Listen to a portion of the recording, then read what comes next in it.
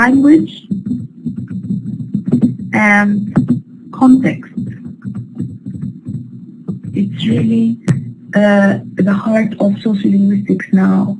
We finished with establishing the background and the understanding of the whole topic of language and society and sociolinguistics. Now we will have more exemplification to see how language works in context. Context, the situation, yani the context of situation in the society. So here, he started by focusing on football commentary in the language of the Bible, a parish, church, whatever, either a bad mistake or a joke. So language varies not only according to the social characteristics of speakers, such as the factors of social class, ethnic group, we have done that, gender, which we have already discussed in the previous chapter, remember, but also according to the social context. So this is what we are doing now, the social context. Okay, actual usage of language in ground, in the field, in context. So here, speakers find themselves in this context, and accordingly, they exchange language and thoughts and everything with people around them. So the same speaker, you as the same speaker, can use different types of context, social context, according to the social setting that you deal with, by using different linguistic variety in different situations. So here, that's what we have, different linguistic variety or varieties in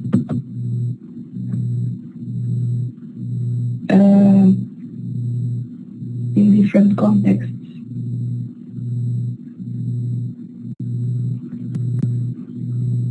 Okay, or in different contexts of situation, in different contexts.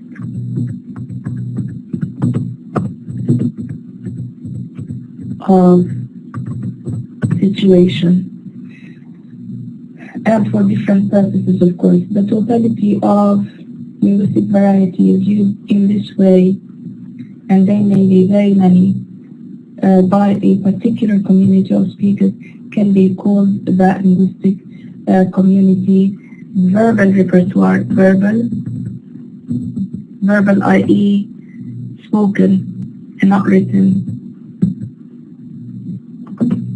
Verbal repertoire. So what is the verbal repertoire? The verbal repertoire is the usage of linguistic variety in different situations by speakers, of course, for different purposes. So it's 4 things. Remember that, please. Okay, and you can see that in the book. Do you have your books with you? Afnan, Lina, Nema, Noura. Have you all got your books? اللي هو our textbook. Nema. Yes, that's very good. I'm now on the first page, which is page number 81. Okay? Page number 81 talks about all these starting terms that actually talk about the context. The first one is the verbal repertoire, which is related to the linguistic variety that is used by the speaker in different contexts for a special purpose. And then the same page gives you some examples, really nice examples, the register. So here we have verbal repertoire with relation,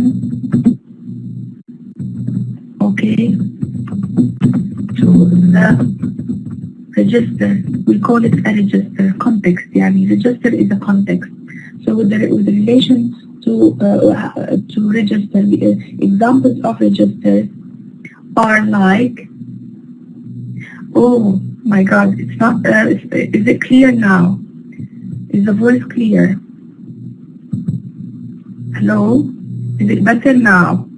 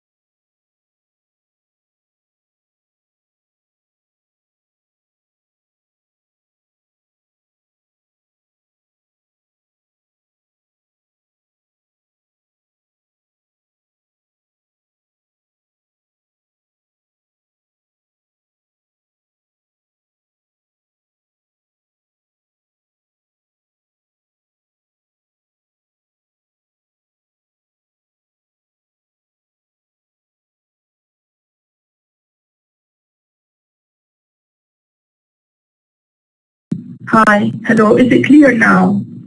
Oh, Alhamdulillah. Nema, Noura, Lina, can you hear me now? Is it clear? Give me out of 10 how clear my voice is, out of 10. How clear it is it? Nema, Afnan, hello? How clear out of 10?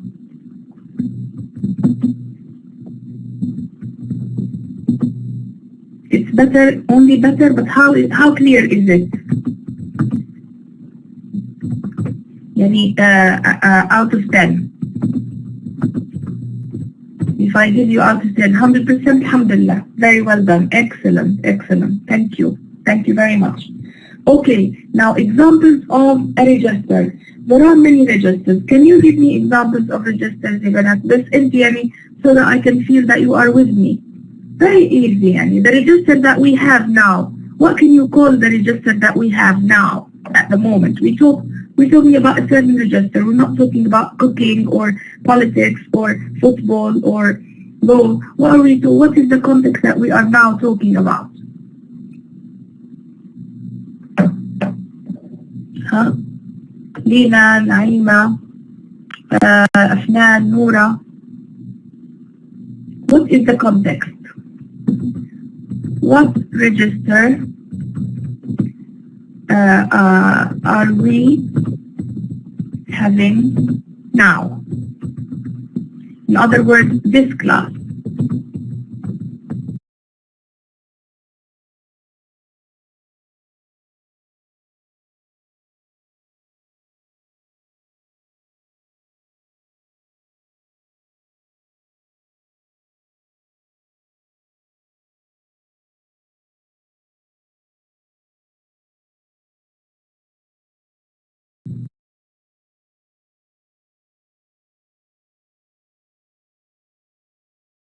Girls, ladies, are you there?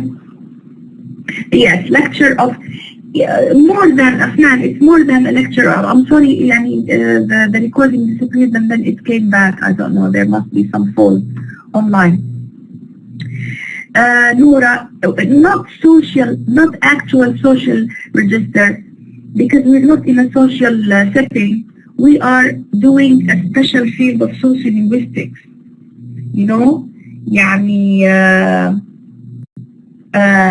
in particular, that field is called sociolinguistics, and in specific, it's called language and context. So this is what we are now using. Our register is, I know what you mean, ya Afnan, yani lecture of language, but this is very superficial, yani very undetailed.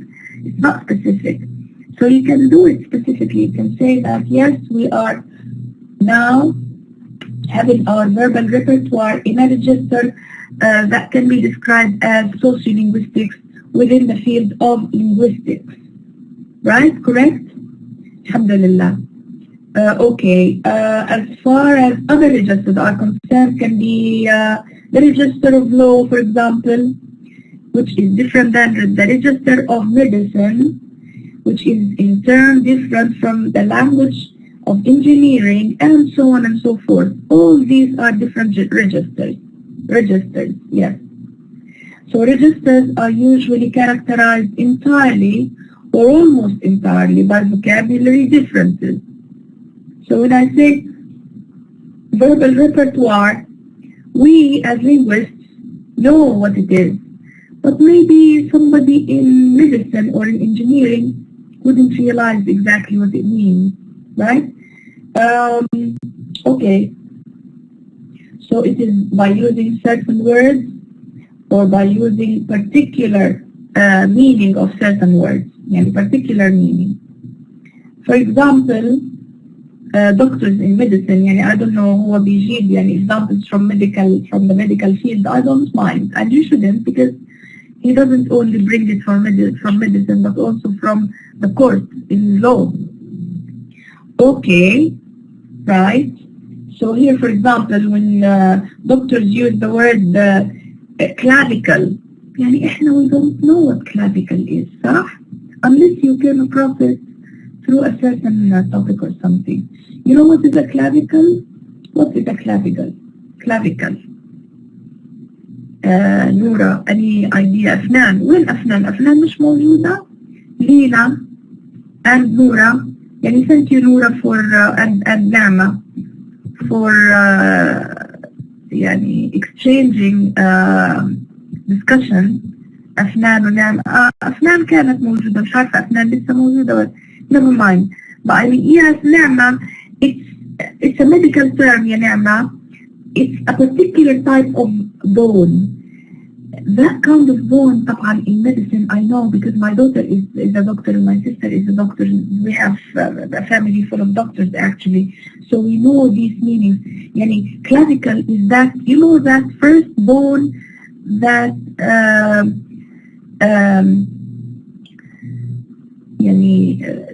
starts the content of the body. The first bone to be created in the human being is the clavicle. It's a very nice term for you to remember حتى. It's called in Arabic اللي هي عظمة الترقوة. You know الترقوة اللي هي عند our neck. We have الترقوة, هذه هي clavicle. This is the first bone to be created in the human being, by the way. But anyway, this is not a medical class, but since I know the meaning, I wanted you to share it with me. Whereas non-doctors like us here would call the same thing a collarbone. Yes, the collarbone اللي هي عظمة الترقوة. On the other hand, in law, lawyers use other types of vocabulary. Words like مثلا tort. Do you know tort? يعني tort, if you breach law, if you break law in a bad way, the Arabic word for that is جنحة. يعني إحنا, if we don't know جنحة in Arabic, we will not understand the word جنحة. جنحة إحنا, if we don't come across it, we will not understand it. But إحنا, of course, in this age, I think you know it. And malfeasance is something like يعني committing a forbidden act. Yani malfeasance is something less serious than the tort, right? But both of them are related to lawyers and in law, and if we want to understand them, we have to explain them, right? Same as verbal repertoire. Okay? Same thing in bus company employees. In certain areas of Britain, maybe they are different than our area here in our Middle Eastern country. Okay, so employees in certain areas of Britain are much more likely to call buses with 2 decks, اللي هو deckers, you know, the double deckers. while lay ordinary general people will generally refer to them as double-decker. So deckers is just a term that they all use them simply, those bus conductors and people in that area. So we as people who are not in the area, we call them double-deckers. Similarly, professional soccer, in football, players in the area of balls and playing with the ball, and lay people, general people, both discuss football, but the footballers are much more likely to refer to the playing area as the park, than lay people, who are probably more likely to call it the pitch. So we might call it the park. Pitch is more like more specialized. Right. So here the term verbal repertoire, and indeed the register itself, i.e. field of specialty. Register is the field of specialty itself. They are part of the register of linguistics. So that's what I wanted you to say in the beginning when I told you what is our verbal repertoire and the register that we are using called. It is called sociolinguistics, which is a subfield of the science of linguistics, which is the scientific analysis of language. When you study, for example, another register like geography, geography is one of the things you have to do is to master the vocabulary items such as moraine. You know what is moraine? And esker. These are special tools that they use for measuring and digging and all of those, wells, which are deep hole in the ground for certain purposes that they do. So when you study mathematics, on the other hand, one of the things that you have to master and to study and to understand is the sine and the logarithm, and so on and so forth.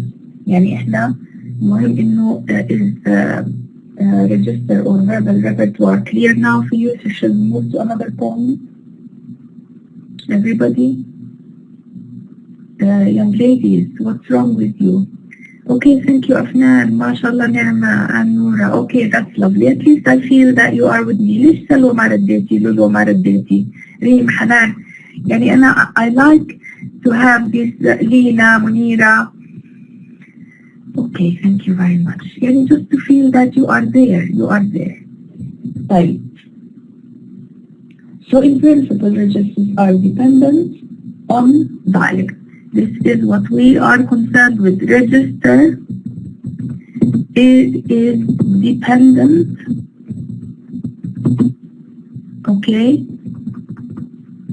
on what? Dialect. Okay. How is it dependent on dialect? It is true that it's most normal in an analog or an Anglophone world for technical registers to be accompanied by the standard dialects, standard English, for example, but there is no necessary connection. We might use all these registers with our own different dialects, right? And any school pupil who says, we see some eskers near them moraine. Them here is not standard English, it's one of the English dialects. Instead of using their moraines, so he must be said to have successfully mastered the technical register of geography. So you can be excellent in your field and in the register by not using standard form of the language, not necessarily And that is another argument which we have to make sure that it's clear in our mind. So there is no actual need to discard non-standard dialects in order to acquire the technical vocabulary of a particular subject. So you can have a question in this way by saying that do we need, and I have lots of examples in my questions in the final, going around the standard dialect. So does it have to be the standard dialect used in our usage of the different registers to master the register, the certain verbal repertoire? No. The answer is no. Students here always get this mistake by saying, yes, it has to be in the standard dialect so that, in the standard, the standard form, so that the register is properly said. But no, that is not correct, because the register can be said in any dialect, the standard and the regional. Okay, do you understand that point? The example given here from the AA, remember the AAVE that we were talking about yesterday, which is the African American vernacular of English.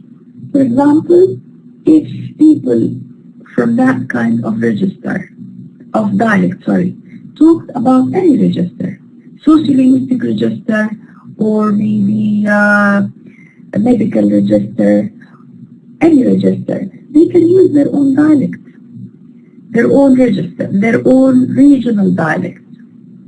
Let me remind you of something for those people who have been visiting probably England, or maybe other parts of the world, or maybe meeting people here in Jeddah who are specialized in certain fields, in different fields. For example, have you ever met a doctor, an excellent doctor in medicine, who is not American originally, or who is not British? Maybe he talks English, but he is originally Indian, from Pakistan or from India. Have you?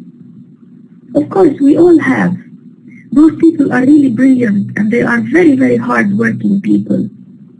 They can use everything in medicine, describing the diseases and describing the medication and everything, using their own regional dialect, the way they speak English.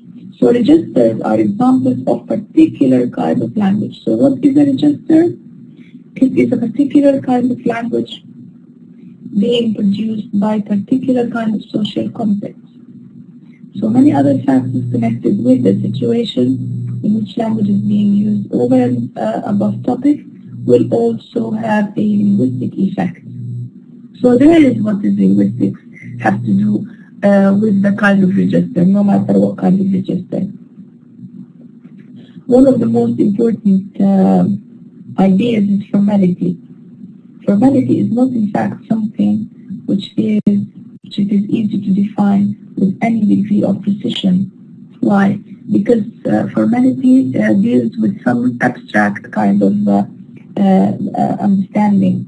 So largely because it assumes very many factors, including situation, social formalities, kinship relation, politeness, seriousness, and so on.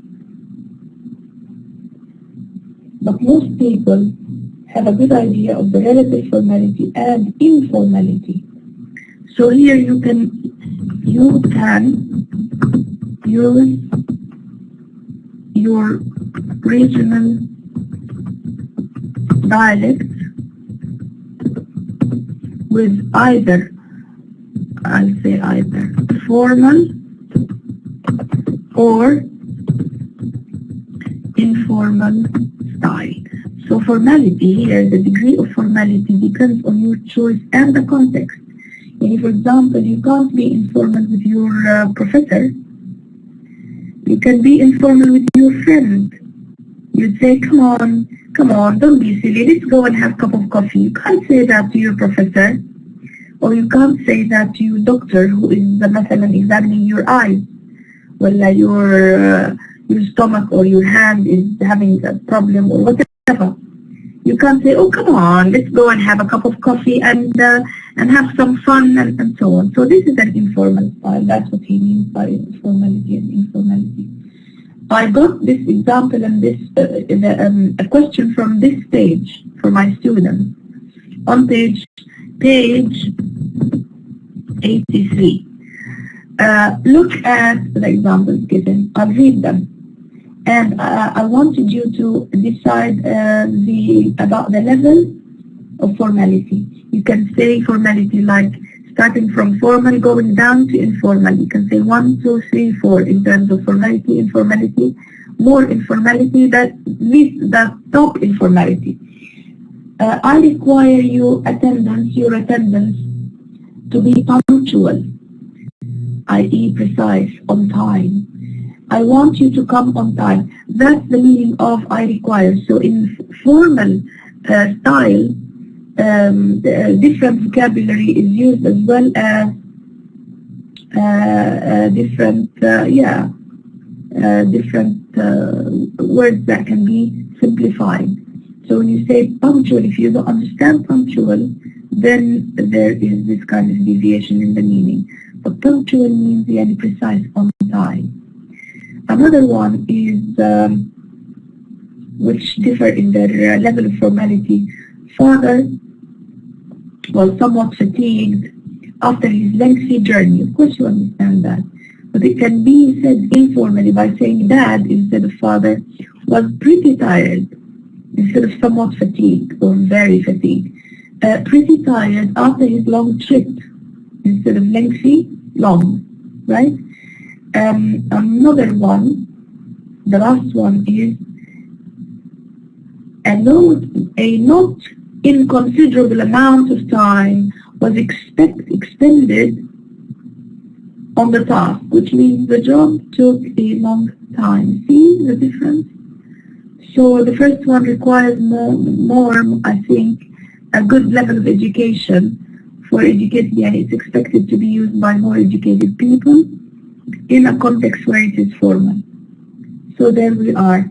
And all of that page is talking about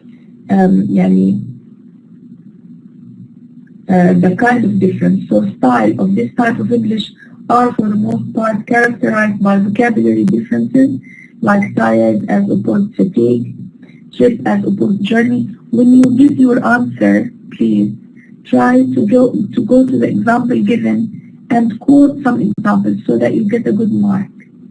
If I say what are the marks or the actual occurrences in the data above, which shows the difference, you would have to give your examples like that one. But also, as the last pair of the sentence shows, it's the syntactic difference as well, not only the vocabulary. So that's the difference between the two top sentences and the third one. Okay? So here, vocabulary, which is at the extremely informal end of the continuum, is known as slang. So we have slang and we have more formal language. For example, we could make the second sentence even more informal by substituting slang words such as bushed or worked for tired. But you need to learn them. If you don't know them, you can't use them. Okay, in some languages, style may be rather more inflexible, not that easy to be flexible, than it is in English. Example is like Javanese, for example.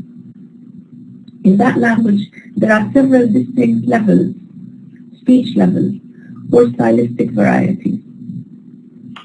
And the co-occurrence restrictions also occur at the level, given that a word which belongs to a particular speech level occurs, then only other words from the same level may follow. As an example of the nature of the differences involved, we can cite 3 different levels of the same sentence. See the examples on page 84, please. And I will try to read it together with you. Number 1 and number 2 and number 3. These examples are taken from that dialect of Javanese, and it is there are three different sentences of two different levels of the same sentence, which means, are you going to eat rice and cassava now? I think cassava is their own meal. Okay, so we have cassava, I think, which means kasti or whatever. So sentence 1 is the high or formal level, and sentence 3 is the low one. And then you can look at them and compare and contrast and see what kind of structure they differ from.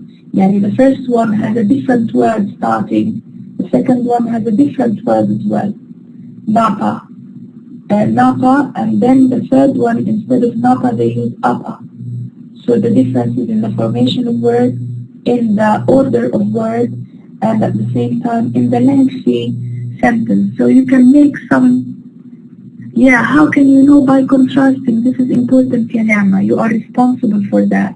You contrast the two. I'm not reading something from a different place. It's the data that we have. So how are these sentences different? First of all, they are not the same length. The first one, which is more formal, they told us it's more formal. We don't know that language, but we have to learn how to analyze the data. The formal expression seems to be expressed in this language in more detail, longer. And when it is informal, it becomes shorter. This is the first notation. The second notation is that the position of the words differ. In the beginning, it starts with the Minapa, and this Minapa changes into Napa, and the length of the word changes into Apa. So Minapa seems to be the most formal, which we don't know what it means, but at least we try to do something with the data that we have. And another point is that Panjiningan is different by reducing the word. So the word length seems to be reduced. This is another confirmation. So Panjiningan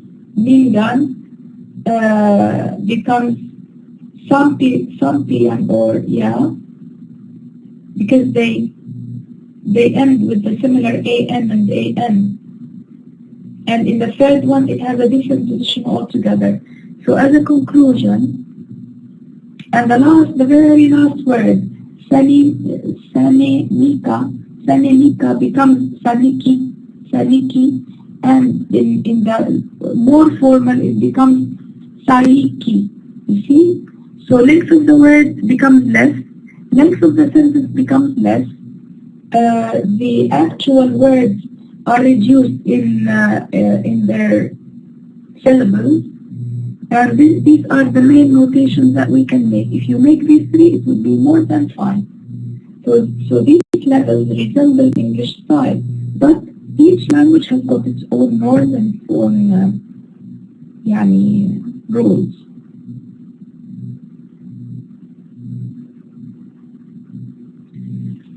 Okay, it's quite possible, for instance, to say in English, Dad was pretty fatigued after his long trip.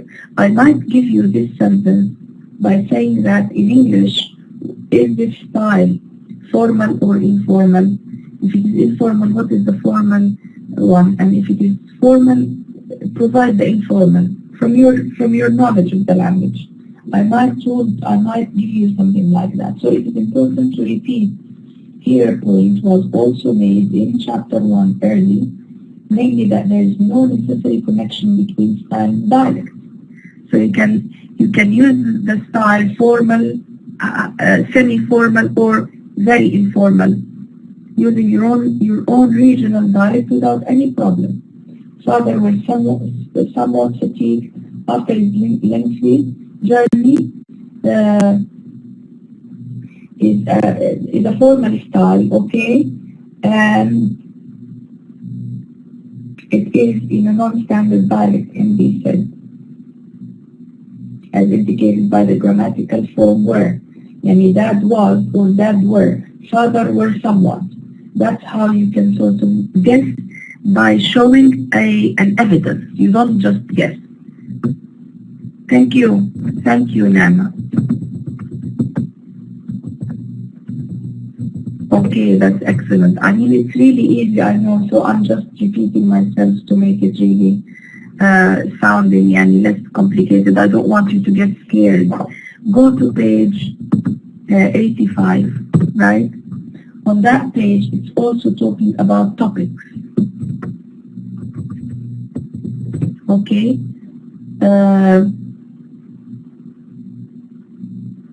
Register and style also in principle independent, so they are not related. Topics such as molecular biology, this is one topic, molecular biology.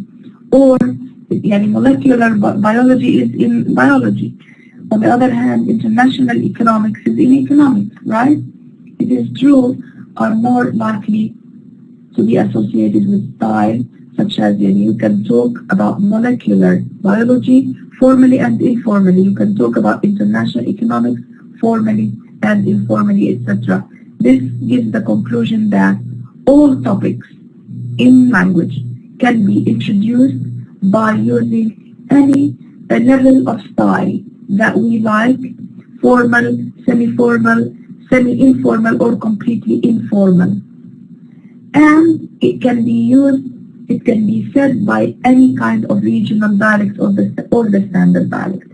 In other words, we can easily say that register, okay,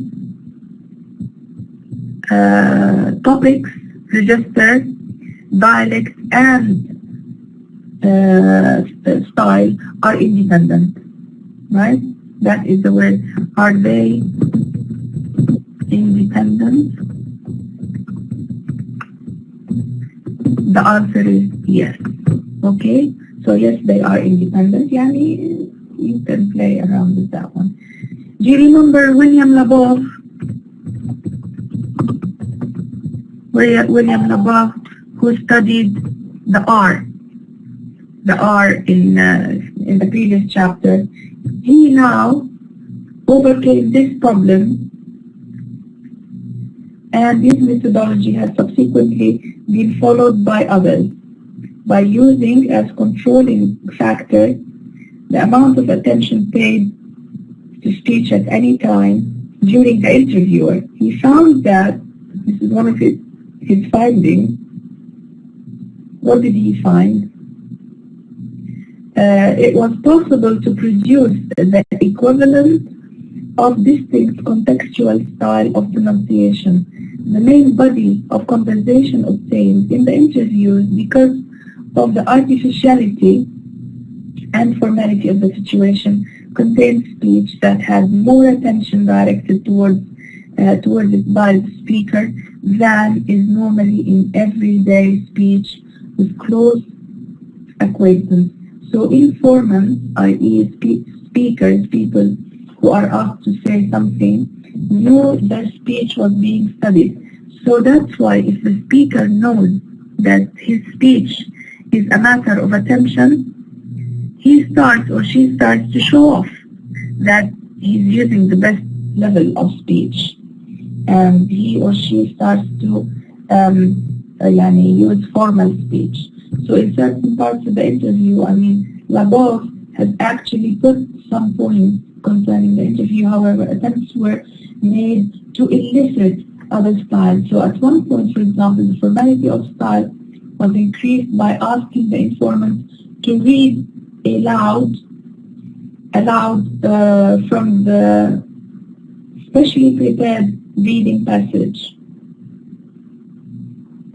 Okay. Secondly, because reading is a specialized linguistic activity where speakers pay considerable attention to the way they are speaking, then these are the points why their own speech becomes formal, more formal than natural, than their natural life.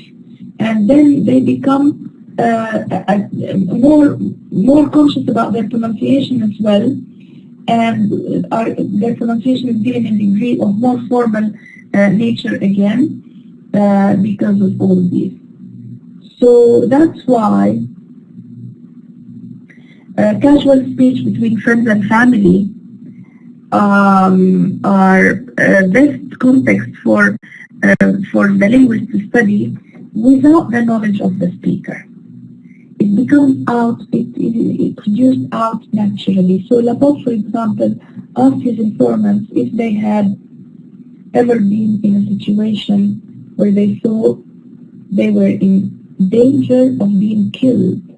So generally informants who related such an incident became emotionally involved in the narrative and in attempting to convince the interviewer of the reality of the danger. So they overreacted.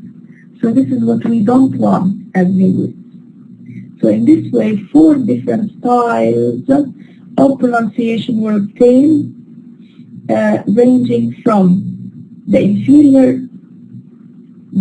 informal casual speech through formal speech, then most formal speech, then particular linguistic variables can be related to interview styles.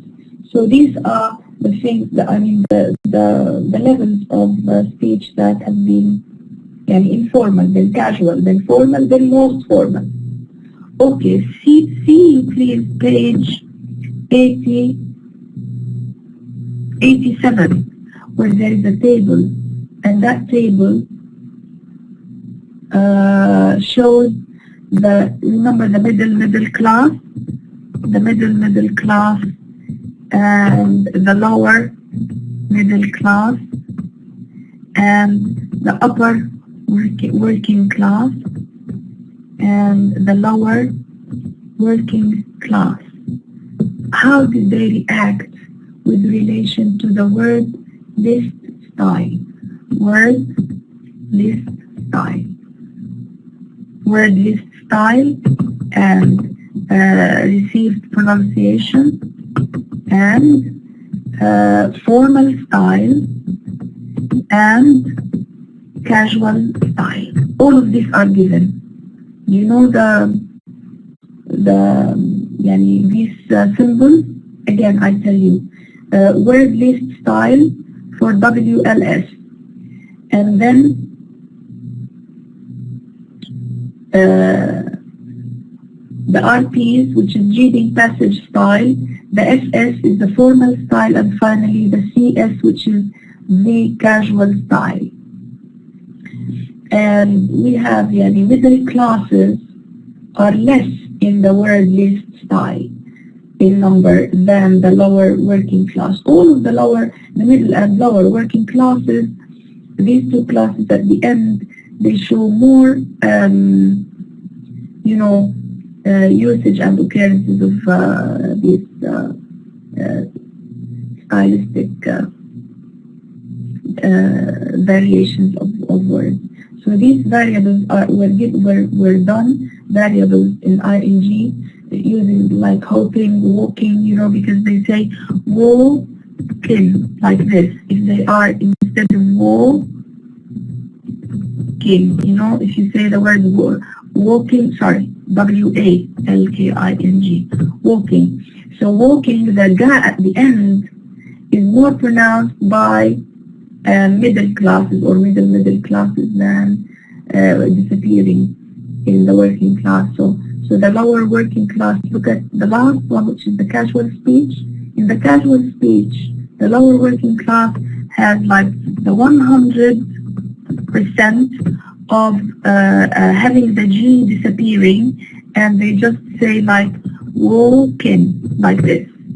Okay, so that's how the all classes change their pronunciation in exactly the same direction, so that, for example, the middle class in their everyday conversation use the average of the same amount of non-reading passage, which is the RP form, as the lower working class do in their most formal style. And they need, because of this, because of attention, so when they pay more attention.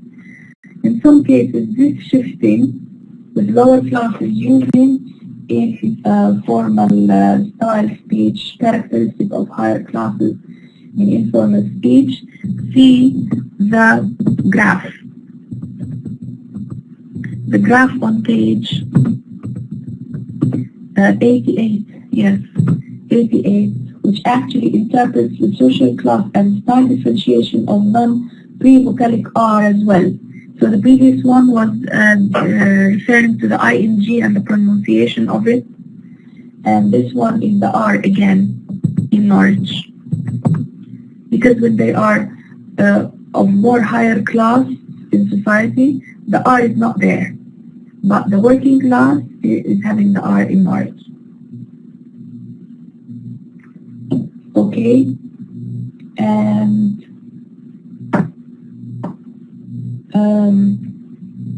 the same abbreviations are given, like lower middle class, upper middle class, etc., etc., etc. And it is with the pre-vocalic R used by speakers from different social class backgrounds in New York, like in figure 4. That was the pre-vocalic R, and that graph was actually conducted by William Labov. Okay. Page 89. What is in that page? Or on that page, sorry. Right. One important feature of social context, which may well have some bearing on the formality of the language, is the use of is the context of the person spoken to, and in particular the role relationship, of course. For example, speech between individuals of a unique rank is likely to be less relaxed and more formal. Like if you are talking to your headmaster or to your boss, your speech becomes more formal. You would start saying حضرتك or حضرتك or something like that, than it is between you and your friend. So here we have the form of address, the addressing, which is like Mr. or Mrs. or Doctor, or Prof, etc. It disappears between people of the same social level, and there is politeness and deference. What is the word deference? Not difference, deference, because difference is D-I-double-F, but this one is deference. What is deference? What does it mean? It means what? Do you know? What's the meaning of deference? And that's how you pronounce it. And it is mentioned on that page. Different degrees of politeness and deference may be required. Guys, Salwa, Reem has left. Hanan, Abir, Lulwa, Lina. Yes, Salwa. What's the meaning of deference? Noura, Nama, Monira. Yes, Bakhita, all of you. Can you tell me the difference of the word deference? Afnan, yes? What is it? And Salwa? Deference, not difference, huh? There is a big difference between them. Any idea? You want to look it up? Yes? Salwa, did you find it? Yes, appreciation or politeness. Deference in ihtiram, right? When you respect some person, there is the level of deference between you and that person. That's right, respect the Afnan and Noura. Thank you very much for mixing in the, respect, that's right, Yanama. So that's it. So we have politeness, level of politeness, and what's the word? Deference, which is respect, ihtiram. Yani this level is maintained between groups, and place to place, it differs between one group to another, one place to another, one class to another. If you are from upper class and you're talking to a lower class, يعني I'm sorry to say, but مثلا when you talk to your maid, يعني there is a difference in the social class, مظبوط? So your style is not the same as that used between you and your friends, or you and your sisters and brothers, etc. Go on page 90. يعني هذا chapter is full of areas for questioning, so read it and read it carefully and properly. It's a very beautiful chapter. You can read it and understand every single thing, but you need to read it. Right, in many languages other than English, يعني احنا عندنا في العربي بتقولي مثلا انتو for a person. لو انت بتكلمي مثلا your boss, يعني انتو قلتوا, صح؟ Like in French you say vous instead of saying tu. So the formal C table of second person pronouns that is given on that page number 90 from different languages. Like from French you have the familiar, English doesn't have this. In Arabic we have this. French you have tu and vous, أنت وأنتم أو أنت يعني. Italian would have tu and lei. Spanish, tu and usted, I don't know Spanish. In German, the same thing, du and sie.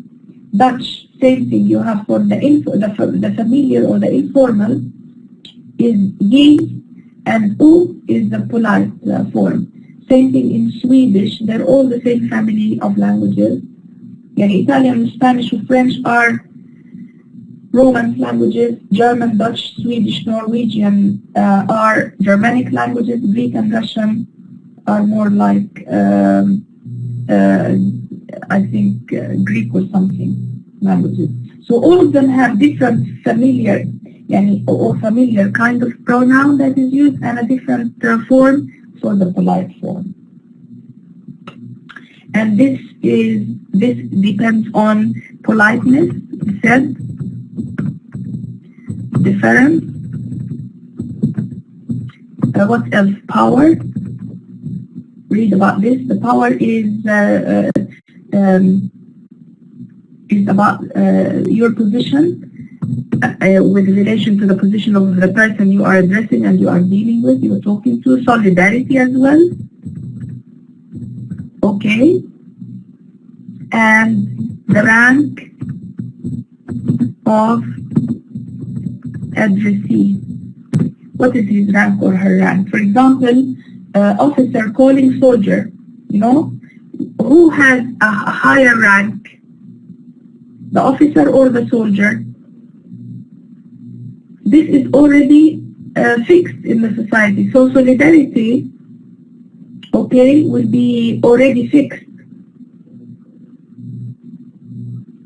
right? So the relationship in both directions is not one of the solidarity, because it's already fixed. So what is solidarity? So we can call the T, they call it T for T, and V, like vous, usage,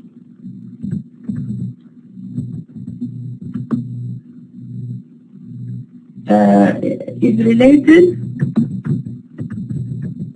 to solidarity factor, like that. Okay, move please to page 92, where there is that table showing the T and the V. P stands for power. T, the S stands for solidarity.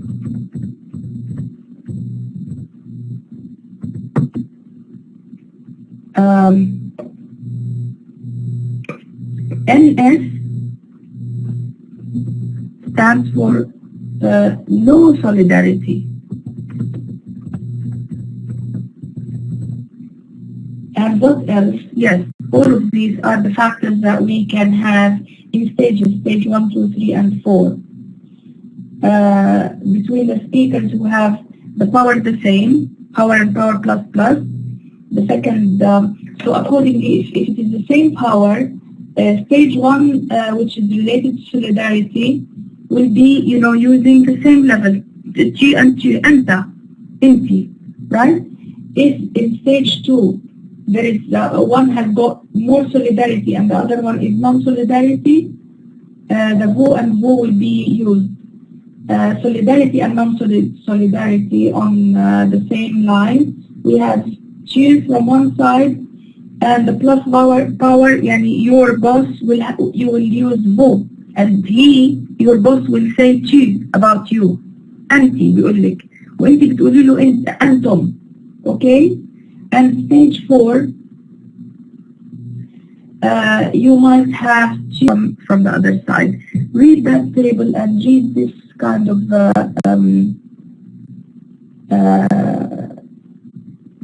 analysis and comments, and you will get the idea very clearly applied on that kind of table. And accordingly, there are examples from different languages, طبعا not languages only, and societies طبعا are provided.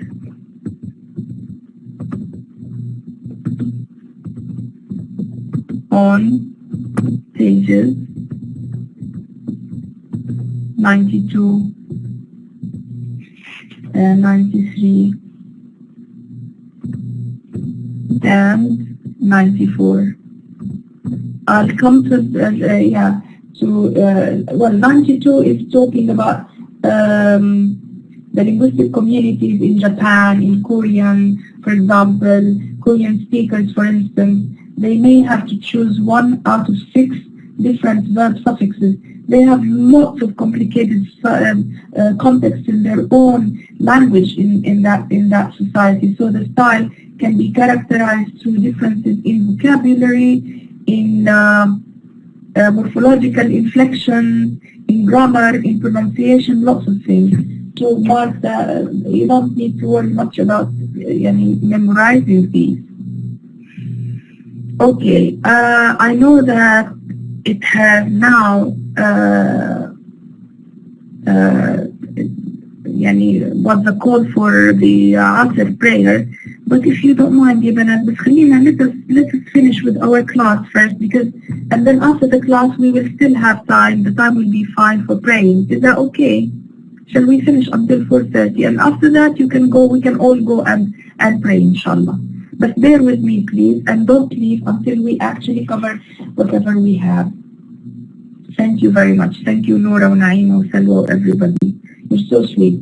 Okay, now on page, I'm looking at page now, 94. There is some point I want to make, and it is related to, for example, native speakers of lowlands. Remember Scotland?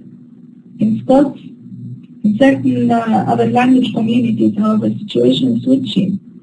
We have situation switching. You switch from sociolinguistics now to your other context in the family. You will talk with your mom or your friends or whatever is another type of situation and register. For example, native speakers of lowland Scots dialects may switch in relatively formal situations to standard English spoken with Scots accent, of course.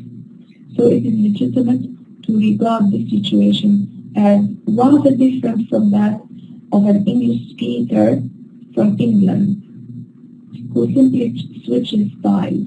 So the Scotsman doesn't only simply switch styles, but also switches the dialect. In the first place, the difference between the linguistic varieties involved in the switching is much greater. For example, of Ulster Scots, it will be discussed in chapter 7. And secondly, in the case of level in Javanese, for example, it involves restrictions in switching from one style to another, and it is not usual to use lowland Scots form when speaking standard English. So they have to switch style and dialect. And the third one, the third situation of difficulty or of changing is that whereas other English speakers switch from one variety of their vernacular to another, Scots dialects or dialect speakers switch from their own vernacular to that of others, like a linguistic variety that they normally have. An example is given on pages end of page 94 and top 95. Okay? The example says, I've kinda young man 8 years, which means I've known that man for 8 years, yani. That's the meaning. So that was standard Scottish or maybe Scots dialect, and the other one is standard English or standard Scots English. So in standard Scots, we can't understand it easily. And the list of vocabulary is given on page 95. This is to show you that it's not always easy and straightforward for all speakers.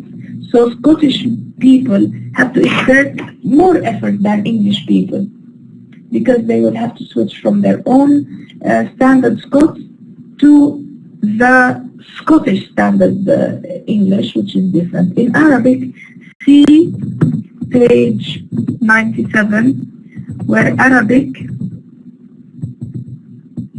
is given, is discussed. What is the Arabic? For example, in Arabic, we know, of course, Arabic, they are giving this example as the difference between classical, and they call it classical, which I don't agree. Classical versus dialect. يعني احنا متعودين. We know this situation. Classical, we don't call it احنا classical صراحة. We call it يعني written form. The written form is totally different than the dialect, okay? And the examples are given like ra'a and shaf, you know? Shaf, or I mean in Iraqi Arabic it's not even shaf. Do you know what is it in Iraqi Arabic? To see? Do you know the word in Iraqi Arabic? What do Iraqis say for to see? يشوف يعني يرى. How would Iraqis say it? ما بتعرفوا عراقي يا بنات ليش? You know that word? Oh, well done, Fatma. Yeah, that's great. Yeah. Afnan, why don't you know? I mean, well, do you know what Libyan people say for to see? يباوع بالعراقي. In Libyans, they say يشبح. يعني يشوف يشبح. شوف الاختلاف كبير, very big difference. And also in all types of, like for example, the name of watermelon. هنا in Saudi Arabia they call it habhab, right? In Libyan Arabic they call it billah. In batikh is in, you know, here as well. They call it batikh, but in Egyptian and in Levantine. But do you know what the Iraqis call it? They call it, what was the word? رقي يعني that's yeah Salwa, bravo عليكي. Yeah, we used to have lots of friends and Arabs and we used to exchange it. طيب, look at what they say on page 98 and 99 about Arabic, and then on page 99 and 100 talks more about the standard types of languages, the varieties of Swiss German, and then high variety of standard German. You know, low variety is Swiss German, and standard German is high variety. Then we have the English. Okay, look at the English, bottom of page 100 and top of page 99 and 100 is talking about the German low and high variety. And then we have German Switzerland obtains Luxembourg. And all of these different, you know, examples from Luxembourg English, Luxembourgish and Standard German on page 101. Then we have English of how stable are diglossic situations. There is Greek language as well. Greek was diglossic language with a high variety, and then it changes, and the two varieties differed considerably in vocabulary and in morphology. See page 102, and then 102 we have all these communities of verbal repertoire, and we have seen two relatively standardized varieties in the diglossic relation, as in the case of Arabic. Okay, this is on page 102. And there is lots of references to Arabic, because Arabic is a very good example to see that.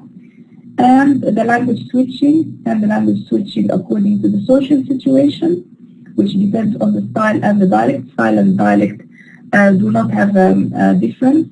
And then all three different types of switching may be involved, like to switch from one dialect to another, one style to another style using the same dialect, formal to informal, and different repertoire.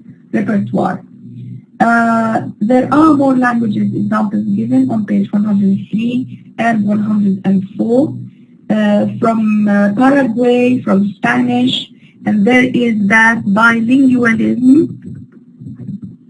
Okay, this is when you have two languages, knowledge of two.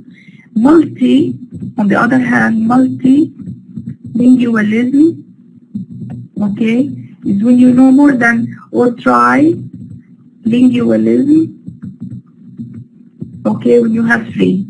Multi is more than three. Tri is three. Mono, okay, monolingual is when you have only one language, mono. Okay, so here in Spanish, it's not really necessary in the countryside, although it is used in speaking to the village school. This is the level of style, and you can see one formal and one informal. You continue by talking about bilingualism and the mother tongue. Okay? And that is what the last bit of the chapter ending, and mother tongue is the first language that you acquired. Okay? This is all what is chapter, okay, chapter 5 was about. Now we have how many minutes? We still have about 17 minutes left, in which we can cover chapter 6, which is talking about language and social interaction. Language and social interaction. Okay. Are you all having your books next to you, young ladies? And are you all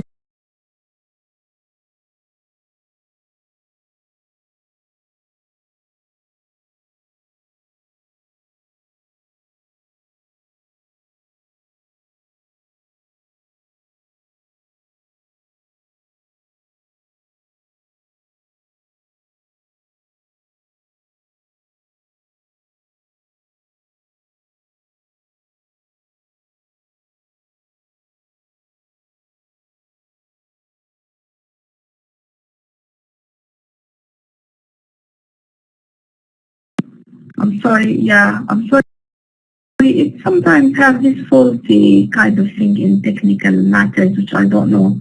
Now, is there a voice? Can you all hear me?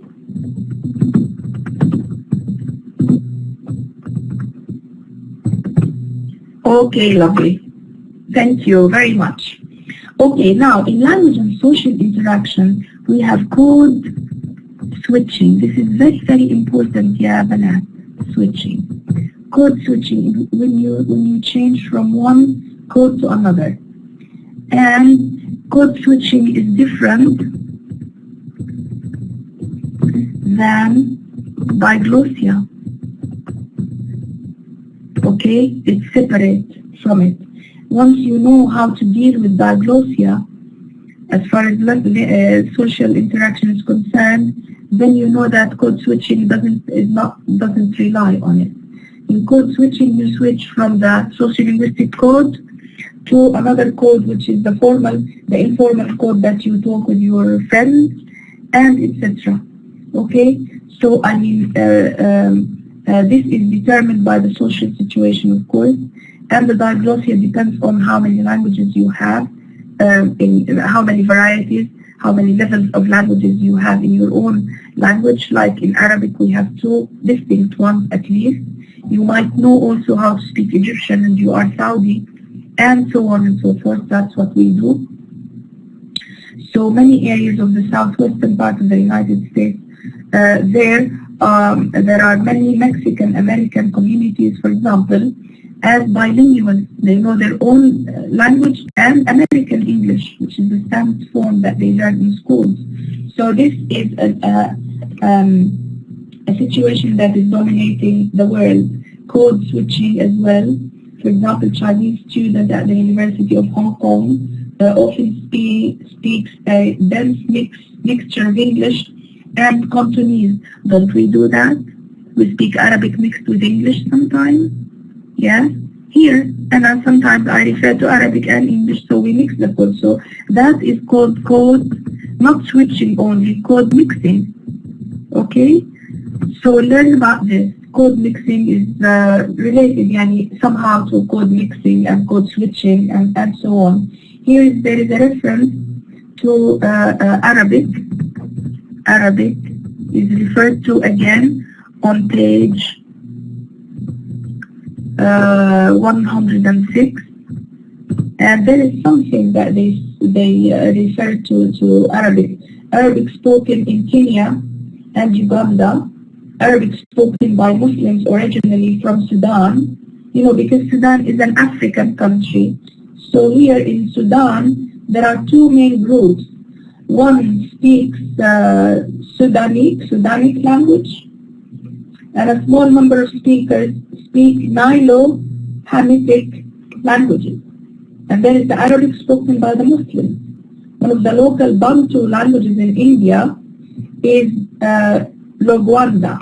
Read about all this and all these levels of languages. So, and how they use English in Africa, like in Kenya and in the Sudan Muslims, in Kenya and Sudan Muslims, they refer to Arabic and Swahili. But they use English as well, and they use Ugandans, and they use in Ghana and in Kampala. Kampala in Uganda is the capital, and those 2 housing estates and outlets, of course, elsewhere, often presented with interesting problems of language choice. Not really problems, I mean, it's a case situation. So read about all these language situations and about how young children have to learn not only the pronunciation but also grammar and vocabulary of their own language. They also have to learn how to use language in a conversational interaction, you see? So their brain becomes really clever of switching and being able to switch from one context to another and one situation to another, etc. It becomes as part of their obligation to speakers of those places. They don't learn only one context and they stick to it. Okay, there are also points in the structure of conversation where it is possible and points where it is not possible to interrupt speakers. This is on page 109. And these are rules of conversation. Of course, you give your friend, for example, or the hearer, a chance to talk, and then you answer, or you reply, or you complete. If you have something in your mind, and this is conversation rules, these rules, you don't come to your child to say, look, I will teach you rules. No, but you say, please don't interrupt. It's not nice. That's how you teach the person, and the children start to, focus their attention by using phrases like, "I'm sorry to interrupt. Just let me think about that for a minute. Excuse me, please. Can I say something? Can I interrupt you here?" And so on. So all these rules, see page for all these rules, see page 110, 111, and all of these are talking about rules of conversation and the exchange between the speaker A and speaker B. A question and then an answer, and then another question and the answer from another speaker. And this is how the order of rules are governed in conversation, and they are learned randomly and spontaneously at the same time by the speakers. So speakers learn many things at the same time, and you can see the exchange, and this is realized at the level of pragmatics. What is pragmatics? Language. Pragmatics is language in use. Sorry. Okay? And it differs from one place to another. We Arabs, by the way, in Arabic, you know how we raise our voices? And we keep on interrupting, and this is impolite in other languages like English. An English person would leave the other person say everything, and then the speaker takes place after. Here we don't have this. Do you see those programs on the TV, where speakers fight and they raise their voices and so on? So we have this, which is different. So it differs from one language to another. It depends on culture. This is tightly related to culture, of course. It is possible that indirectness is used more in societies than others. Our society is more direct. English society would be indirect,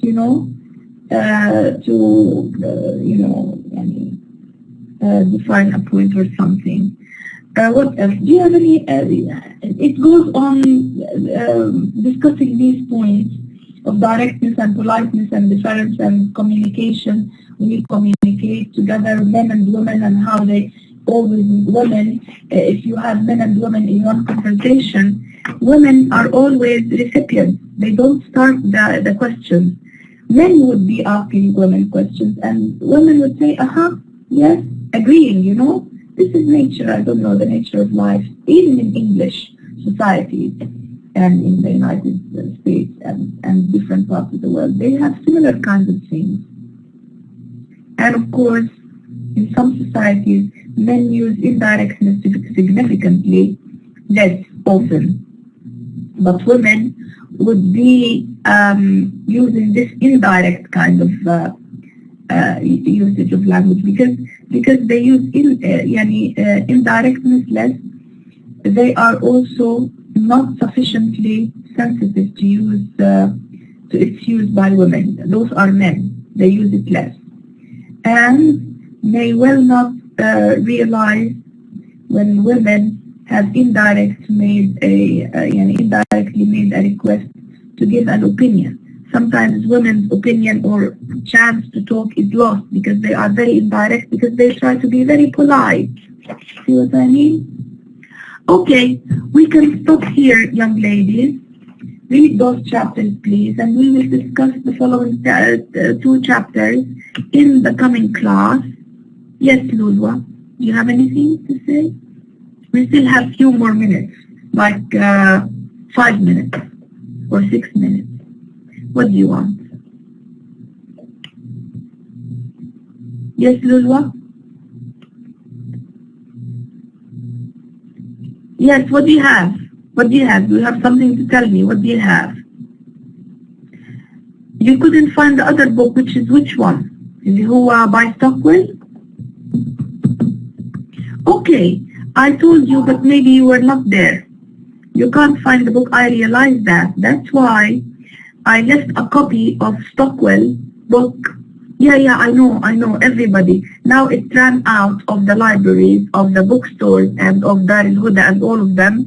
And that's why I left a copy of my own book by Peter Stockwell in our library, our bookstore in the campus, which is called Al-Khuzama, you know? Al-Khuzama? How do you write Al-Khuzama? It's important for you to learn more about, you know, more examples, more situations. So it's important in that sense. You're out of Jeddah, it doesn't matter. I mean, try online for yourself, just for the benefit of getting more ideas, about more examples. I know, yes, Fatma and Lulwa and many others are not in Jeddah, so don't worry about that. Go online and try to open on Google that kind of book online. There might be some parts of the book shown online, and then you can have an idea about it. It gives you, you know, context of situation where a conversation is being given and discussing the same things we discussed. So my exam is going to focus on this book only. But the other book, the name of the book, okay, the title, it's by somebody called Peter Stockwell. Okay, and it is 2007. يمكن صار في new edition, and it's called, I'll give you the title of the book. It's called Sociolinguistics.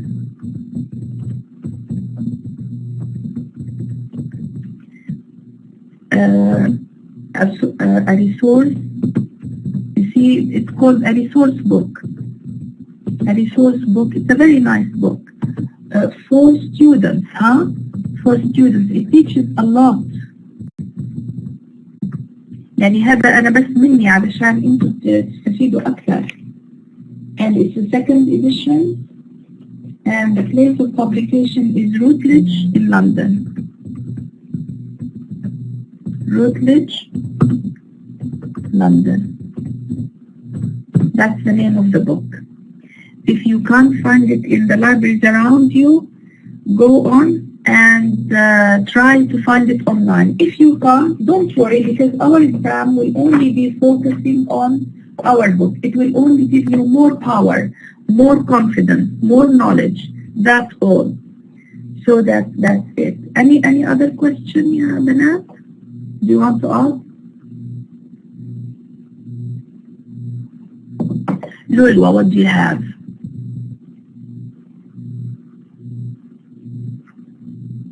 Okay, that's all.